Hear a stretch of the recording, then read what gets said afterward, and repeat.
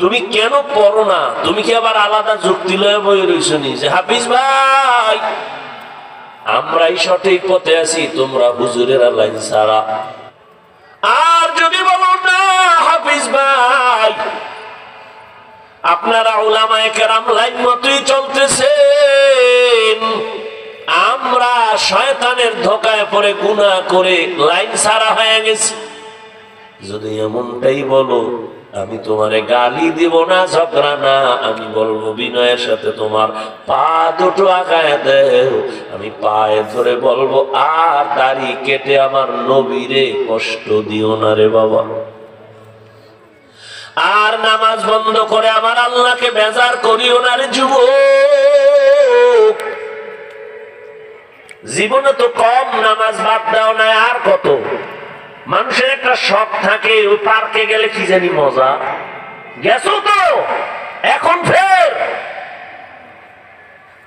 আমরা তো না যাইয়াই নিজের কন্ট্রোলে নিয়ে আসার চেষ্টায় আছি। তুমি তো কতবার গেলা, এখনো কি ফিরবা না? তোমার মনে শখ নামাজ বাদ দিয়ে দাড়ি কাটবা, বেপরদায় চলবা, কি জানি মজা, নিছো তো এখনো কি ফিরবা না? আর কত? নাকি আবু জাহালের মতো কপাল জানি না, অনুরোধ ওমরের মতো কপালওয়ালা হও।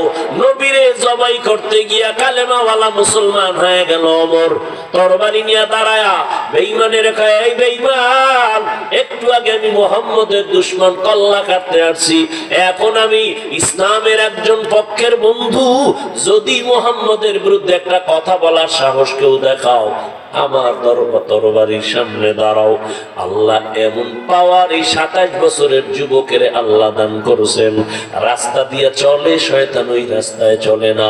একটা যুবক ছিল একটা মদের বোতল হাতে নিয়ে হাঁটতেছে, গান গাইতেছে, হঠাৎ নজর পড়ছে রাস্তার ওই মাথা থেকে ওমর আসতেছে, শরীরের মধ্যে কম্পন শুরু হয়ে গেছে, আসমানে তাকায় আল্লাহ তুমি আমারে ওমরের হাত থেকে বাঁচাও, কারণ ওমর কথার আগে তরবারি চালায়, আমার মদের বোতল দেখলে তো ওমর আমারে মেরেই ফেলবে।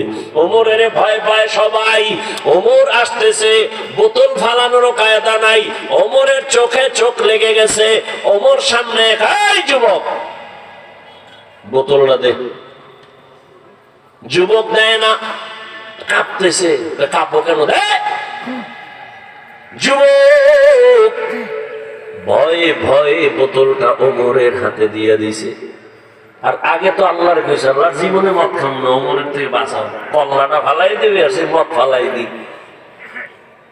ওমরের হাতে যখন বোতল চলে গেল, ওমর তাকায় দেখে বোতলের এ টু জেড উপর থেকে নিচে পর্যন্ত এক ফোঁটা মদও নাই, পুরা বোতলটা দুধে সাদা হয়ে আছে।